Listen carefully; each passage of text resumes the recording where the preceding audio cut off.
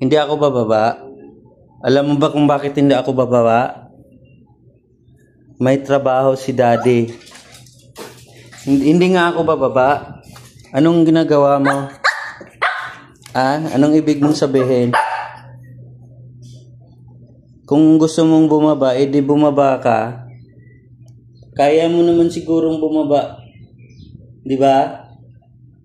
Bakit ako yung hinihintay nyo palagi? Kaya mo naman palang bumaba.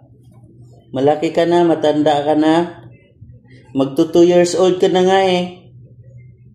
Bakit ako pa yung gusto mong bababa sa'yo sa baba? Kung nagugutom ka na, hintayin mo na lang dito. Ihatid yung pagkain mo. Hindi puro na papakyut ka lang sa akin, ha? Ano? O, diba? Tahimik ka na ngayon? Kanina ang ingay-ingay mo.